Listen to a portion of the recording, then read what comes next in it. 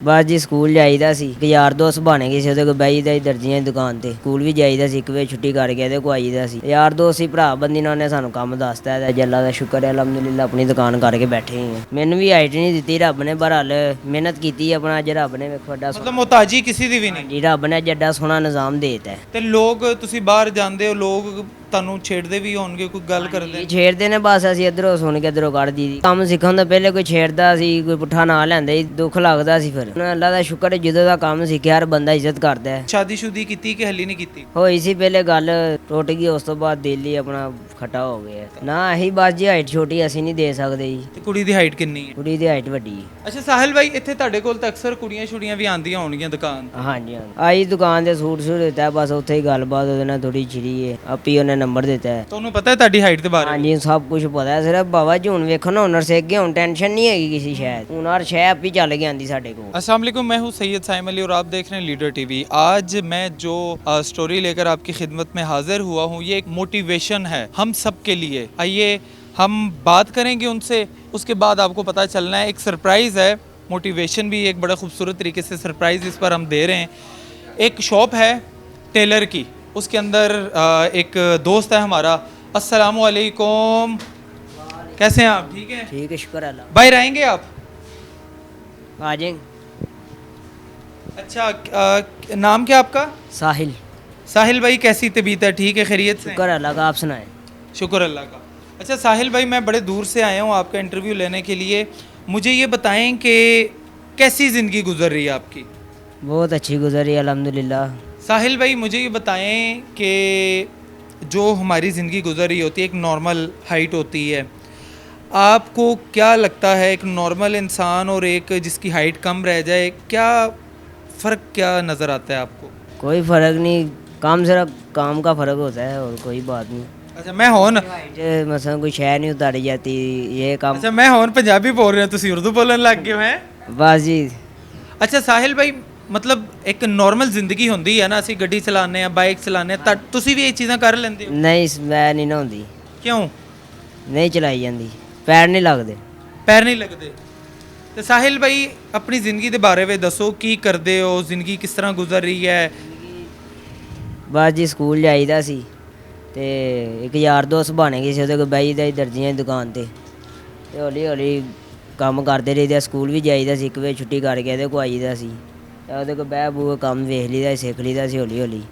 ਫਿਰ ਦਿਨ ਗੁਜ਼ਰਦੇ ਰਹੇ, ਸਕੂਲ ਛੱਡ ਕੇ ਤੇ ਮੈਂ ਉਹਦੇ ਕੋਲ ਹੀ ਲੱਗ ਗਿਆ ਕੰਮ ਤੇ। ਐਸੇ ਕੋਈ 3-4 ਸਾਲ ਲਾਏ ਨੇ ਮੱਧ। ਯਾਰ ਦੋਸਤ ਹੀ ਭਰਾ ਬੰਦੀ ਨੇ ਉਹਨੇ ਸਾਨੂੰ ਕੰਮ ਦੱਸਤਾ ਹੈ, ਅੱਲਾ ਦਾ ਸ਼ੁਕਰ ਹੈ, ਅਲਹਮਦੁਲਿਲਾ ਆਪਣੀ ਦੁਕਾਨ ਕਰਕੇ ਬੈਠੇ ਹੀ ਹਾਂ। ਅੱਛਾ, ਆਪਣੀ ਬਣਾ ਲਈ? ਜੀ ਨਹੀਂ ਹੈਗੀ, ਹਾਂਜੀ ਆਪਣਾ ਹੀ ਦੁਕਾਨ ਹੈਗੀ ਹੈ, ਕਿਸੇ ਦੀ ਗੱਲਬਾਤ। ਅੱਛਾ, ਪਹਿਲੇ ਕੰਮ ਸਿੱਖਦੇ ਰਹੇ ਹੋ ਤੇ ਫਿਰ ਆਪਣਾ ਹੀ ਸ਼ੁਰੂ ਕਰ ਆਪਣਾ ਸ਼ੁਰੂ ਕਰ ਲਿਆ ਹੌਲੀ ਹੌਲੀ, ਉਹਨੇ ਸਿਖਾਤਾ ਸੀ ਭਰਾ ਬੰਦੀ ਦੇ ਤੋੜ ਨਾਲ। ਤੇ ਸਾਹਿਲ ਭਾਈ, ਤੁਹਾਡੀ ਉਮਰ ਕਿੰਨੀ ਹੈ? ਉਮਰ ਮੇਰੀ ਹੈਗੀ ਹੈ 18 ਸਾਲ। 18 ਸਾਲ ਉਮਰ ਹੈ? ਹਾਂਜੀ। ਅੱਛਾ ਮੈਨੂੰ ਗੱਲ ਦੱਸੋ, 18 ਸਾਲ ਦੀ ਜ਼ਿੰਦਗੀ ਦੇ ਵਿੱਚ ਕੀ ਲੱਗਦਾ ਹੈ ਕਿ ਇੱਕ ਆਮ ਬੰਦਾ ਅੱਗੇ ਜਾ ਸਕਦਾ ਹੈ ਕਿ ਹਰ ਬੰਦਾ ਛੋਟੀ ਬੜੀ ਹਾਈਟ ਵਾਲਾ, ਤੁਸੀਂ ਵੀ ਉਸੇ ਸੀ ਡਾਇਰੈਕਸ਼ਨ ਤੇ ਤੇਜ਼ੀ ਦੇ ਨਾਲ ਅੱਗੇ ਜ਼ਿੰਦਗੀ ਦੇ ਵਿੱਚ ਵੱਧ ਰਹੇ ਹੋ? ਉਹ ਤੇ ਆਪਣੇ ਆਪ ਤੇ ਡਿਪੈਂਡ ਕਰਦਾ, ਅੱਗੇ ਜਾਣਾ ਨਹੀਂ ਜਾਣਾ, ਉਹ ਤੁਹਾਡੇ ਤੇ ਤੁਹਾਡਾ ਕੰਮ ਹੈਗਾ। ਹੁਣ ਮਿਹਨਤ ਕਰੋਗੇ ਜਿਵੇਂ ਜਿਵੇਂ ਅੱਗੇ ਜਾਓਗੇ। ਹੁਣ ਕਈ ਨੇ ਇੱਥੇ ਵੱਡੇ ਹੀ ਵੇਖੀਦੇ ਨੇ, ਮਿਹਨਤ ਨਹੀਂ ਕਰਨਗੇ ਤੇ ਮੰਗਣ ਆਏ ਹੁੰਦੇ ਨੇ। ਅੱਲਾ ਨੇ ਹੱਥ ਪੈਰ ਸਭ ਕੁਝ ਦਿੱਤਾ ਇਹਨਾਂ ਨੂੰ, ਮੈਨੂੰ ਵੀ ਹਾਈਟ ਨਹੀਂ ਦਿੱਤੀ ਰੱਬ ਨੇ, ਪਰ ਹਲ ਮਿਹਨਤ ਕੀਤੀ ਆਪਣਾ, ਅੱਜ ਰੱਬ ਨੇ ਵੇਖੋ ਐਡਾ ਮਤਲਬ ਮੁਹਤਾਜੀ ਕਿਸੇ ਦੀ ਵੀ ਨਹੀਂ? ਜੀ ਰੱਬ ਨੇ ਅੱਜ ਐਡਾ ਸੋਹਣਾ ਨਿਜ਼ਾਮ ਦੇਤਾ, ਸ਼ੁਕਰ ਹੈ ਅੱਲਾ ਪਾਕ ਦਾ। ਤੇ ਲੋਕ ਤੁਸੀਂ ਬਾਹਰ ਜਾਂਦੇ ਹੋ, ਲੋਕ ਤੁਹਾਨੂੰ ਛੇੜਦੇ ਵੀ ਹੋਣਗੇ, ਕੋਈ ਗੱਲ ਕਰਦੇ? ਛੇੜਦੇ ਨੇ, ਬਸ ਅਸੀਂ ਇੱਧਰੋਂ ਸੁਣ ਕੇ ਇੱਧਰੋਂ ਕੱਢ ਦੀ। ਦੁੱਖ ਲੱਗਦਾ ਹੈ ਵੈਸੇ? ਤੇ ਨਹੀਂ ਲਾਈ ਦੀ ਬਸ ਜੀ, ਔਰ ਰੱਬ ਵੇਖਣ ਦੇ, ਅੱਲਾ ਖੈਰ ਕਰੇ। ਪਹਿਲੇ ਕਦੀ ਜ਼ਿੰਦਗੀ ਦੇ ਵਿੱਚ ਇੰਜ ਹੋਇਆ, ਕੋਈ ਐਸਾ ਹਾਦਸਾ, ਕੋਈ ਐਸੀ ਚੀਜ਼ ਹੋਈ ਹੈ ਜਿਹੜੀ ਤੁਹਾਨੂੰ ਦੁੱਖ ਦਾ ਹਾਈਟ ਦੇ ਵਿੱਚ, ਤਾਂ ਮੈਂ ਅਗਲੇ ਦਿਨ ਗੱਲ ਕਰ? ਨਹੀਂ, ਹੁਣ ਪਹਿਲੇ ਹੁੰਦਾ ਸੀ ਕੰਮ ਸਿੱਖਣ ਤੋਂ ਪਹਿਲੇ ਕੋਈ ਛੇੜਦਾ ਸੀ, ਕੋਈ ਪੁੱਠਾ ਨਾਂ ਲੈਂਦਾ ਸੀ, ਫਿਰ ਦੁੱਖ ਲੱਗਦਾ ਸੀ? ਦੁੱਖ ਲੱਗਦਾ ਸੀ। ਫਿਰ ਤੇ ਹੁਣ? ਬਸ ਹੁਣ ਅੱਲਾ ਦਾ ਸ਼ੁਕਰ ਹੈ, ਜਦੋਂ ਦਾ ਕੰਮ ਸਿੱਖਿਆ ਹਰ ਬੰਦਾ ਇੱਜ਼ਤ ਕਰਦਾ ਹੈ, ਕਿਸੇ ਦੀ ਗੱਲਬਾਤ ਨਹੀਂ ਸੁਣਨੀ ਪੈਂਦੀ। ਅੱਛਾ ਮੈਨੂੰ ਇੱਕ ਗੱਲ ਦੱਸੋ, ਇੱਕ ਛੋਟੀ ਹਾਈਟ ਦਾ ਫਾਇਦਾ ਦੱਸਣਾ ਹੈ ਤੁਸੀਂ, ਇੱਕ ਨੁਕਸਾਨ ਦੱਸਣਾ ਹੈ। ਫਾਇਦਾ ਇੱਕ ਦੱਸ ਦਿਓ ਪਹਿਲੇ ਕਿ ਛੋਟੀ ਹਾਈਟ ਦਾ ਕੀ ਫਾਇਦਾ ਹੁੰਦਾ ਹੈ? ਛੋਟੀ ਹਾਈਟ ਦਾ ਫਾਇਦਾ, ਉੱਚੀ ਹਾਈਟ ਦਾ ਹੈਗਾ ਨੁਕਸਾਨ। ਮਤਲਬ ਜਿਸ ਤਰ੍ਹਾਂ ਮੈਂ ਕਈ ਜਗ੍ਹਾ ਤੇ ਦੇਖਿਆ ਨਾ, ਛੋਟੀ ਹਾਈਟ ਵਾਲਿਆਂ ਦੇ ਮੈਂ ਇੰਟਰਵਿਊ ਕੀਤੇ ਨੇ, ਉਹ ਕਹਿੰਦੇ ਨੇ ਅਸੀਂ ਬਾਹਰ ਜਾਂਦੇ ਆ, ਲੋਕਾਂ ਦੇ ਨਾਲ ਮਿਲਦੇ ਮਿਲਾਨੇ, ਲੋਕ ਬੜੇ ਖੁਸ਼ ਹੁੰਦੇ ਨੇ, ਬੱਚਿਆਂ ਦੀ ਤਸਵੀਰਾਂ ਵਗੈਰਾ ਬਣਾਉਂਦੇ ਨੇ, ਤੇ ਛੋਟਾ ਇੱਕ ਅਲੱਗ ਜਿਹਾ ਸਿਸਟਮ ਬਣਿਆ ਹੁੰਦਾ ਹੈ। ਹਾਂਜੀ। ਤੇ ਬੜੇ ਅੱਛਾ, ਨੁਕਸਾਨ ਕੀ ਹੈ? ਨੁਕਸਾਨ ਇਹੀ ਮਸਨ ਉੱਚੀ ਹਾਈਟ ਦੇ ਨਾਲ। ਤੰਗ ਕਰ ਜਾਂਦੇ ਨੇ ਹਾਂਜੀ ਤੇ ਫਿਰ ਬੁਰਾ ਲੱਗਦਾ ਹੋਏਗਾ ਤੁਹਾਨੂੰ। ਹਾਂਜੀ ਹਾਂਜੀ। ਤੇ ਕਦੀ ਤੁਹਾਡੀ ਕਿਸੇ ਦੇ ਨਾਲ ਲੜਾਈ ਹੋਈ ਹੈ, ਹਾਥਾਪਾਈ ਹੋਈ ਹੈ? ਨਹੀਂ ਸਾਡੀ ਕਿਸੇ ਨਾਲ ਨਹੀਂ ਹੋਈ, ਹੋ ਵੀ ਜਾਏ ਤੇ ਅਸੀਂ ਮਾਫੀ ਮੰਗ ਲਈ ਦੀ ਚੁੱਪ ਕਰਕੇ, ਬਸ ਭਰਾ ਜਾ ਅੱਲਾ ਤੇਰੀ ਖੈਰ। ਹਾਲਾਂਕਿ ਤੁਹਾਡੇ ਹੱਥ ਜਿੰਨੇ ਹਨ ਤੇ ਮਾਸ਼ਾਅੱਲਾ ਤਗੜੇ ਹੱਥ ਹਨ, ਇਹ ਕਿਸੇ ਨੂੰ ਇੱਕ ਰੈਪਟਾ ਵੱਜ ਜਾਵੇ ਉਹਦੀ ਤੇ ਹਾਲਤ ਹੀ ਬੁਰੀ ਹੋ ਜਾਣੀ ਹੈ। ਨਹੀਂ ਜੀ ਬਸ ਰੱਬ ਵੇਖਣ ਦੇ ਆ। ਅੱਛਾ ਸਾਹਿਲ ਭਾਈ, ਮੈਨੂੰ ਗੱਲ ਦੱਸੋ, ਕੋਈ ਸ਼ਾਦੀ ਕੀਤੀ ਕਿ ਹਲੀ ਨਹੀਂ ਕੀਤੀ? ਨਹੀਂ ਹਲੇ ਤੇ ਨਹੀਂ ਕੀਤੀ, ਕਿਉਂ? ਬਸ ਜੀ ਹੋਈ ਸੀ ਪਹਿਲੇ ਗੱਲ, ਟੁੱਟ ਗਈ, ਉਸ ਤੋਂ ਬਾਅਦ ਦਿਲ ਹੀ ਆਪਣਾ ਖਟਾ ਹੋ ਗਿਆ। ਕਿਹਦੇ ਨਾਲ ਗੱਲਬਾਤ ਕੀ ਹੋਇਆ? ਹੋਈ ਸੀ ਮਸ਼ੂਕ ਰੱਖੀ ਸੀ ਕੋਈ? ਨਹੀਂ ਨਹੀਂ ਮਸ਼ੂਕ ਨਹੀਂ ਆ। ਮਤਲਬ ਸਹੀ ਜੈਨੂਇਨ ਰਿਸ਼ਤਾ ਤੁਸੀਂ ਭੇਜਿਆ, ਪਿਆਰ ਮੁਹੱਬਤ, ਤੇ ਟੁੱਟਿਆ ਕਿਉਂ, ਕੀ ਵਜ੍ਹਾ ਹੋਈ? ਬਸ ਜੋ ਹਾਈਟ ਦਾ ਹੀ ਮਸਲਾ ਹੈ, ਛੋਟੀ ਹਾਈਟ ਹੈ ਕਹਿੰਦੇ। ਤੇ ਰਿਸ਼ਤਾ ਕਿੰਨਾ ਅਰਸਾ ਪਹਿਲੇ ਹੋਇਆ ਸੀ? ਇਹੀ ਕੋਈ 2 ਸਾਲ ਹੋ ਚੱਲੇ ਨੇ। 2 ਸਾਲ ਪਹਿਲੇ? ਹਾਂਜੀ। ਤੇ ਉਹਨਾਂ ਨੇ ਬਾਅਦ ਵਿੱਚ ਕੀ, ਪਹਿਲੇ ਉਹਨਾਂ ਨੇ ਰਿਸ਼ਤਾ ਹਾਂ ਕੀਤਾ ਤੇ ਫਿਰ ਨਾ ਕਿਉਂ ਕਰ ਦਿੱਤਾ? ਨਾ ਇਹੀ ਬਸ ਜੀ ਹਾਈਟ ਛੋਟੀ ਅਸੀਂ ਨਹੀਂ ਦੇ ਸਕਦੇ ਜੀ। ਤੇ ਕੁੜੀ ਦੀ ਹਾਈਟ ਕਿੰਨੀ ਹੈ?